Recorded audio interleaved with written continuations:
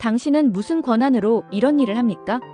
누가복음 20장 처음 부분에서 유대 지도자들이 예수님께 던진 이 질문은 당시 종교 지도자들의 의심과 두려움을 그대로 반영하고 있습니다. 그들은 예수님이 누구인지 잘 알지 못했을 뿐 아니라 예수님께서 행하시는 일들과 말씀이 그들의 권위를 흔들고 있다고 느꼈습니다. 예수님은 이 질문에 직접 대답하기보다 세례 요한의 권위에 대해 되묻는 방식으로 그들의 진위를 드러내셨고, 이어 포도원 농부의 비유 이야기를 통해 하나님의 마음과 역사에 대해 깊은 진리를 전하셨습니다.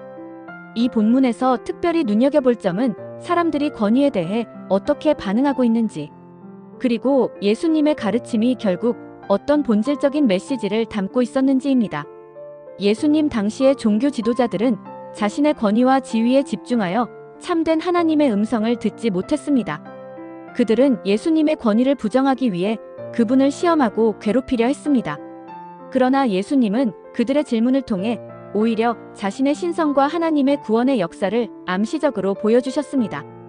포도원 비유 속에서 농부들이 주인의 아들을 죽이는 모습은 곧 다가올 예수님의 십자가를 예고하며 사람들의 마음에 깊은 찔림을 주는 장면입니다. 이 본문은 우리가 하나님의 권위에 대해 어떤 자세로 살아가야 하는지 스스로 질문하게 만듭니다. 우리는 우리의 삶 속에서 하나님의 말씀과 예수님의 가르침이 진정한 권위를 가지고 있다는 사실을 믿고 살아가는지 돌아봐야 한다는 것입니다. 그래서 일상의 선택과 행동에서 내가 무엇을 가장 우선시하고 있는지를 점검해 볼 필요가 있습니다. 혹시 유대 지도자들처럼 나 스스로의 생각과 성공에 더 많은 가치를 두고 하나님의 음성을 외면하고 있지는 않는지요? 여러 사람들이 이 말씀을 읽으며 예수님의 권위가 단순히 강압적이거나 세속적인 것이 아니라 사랑과 희생으로 이루어졌다는 점에 주목하였습니다. 그분의 권위는 우리의 삶을 억누르는 것이 아닌 오히려 자유케 하고 참된 삶으로 인도하려는 목적을 가지고 있다는 것이죠.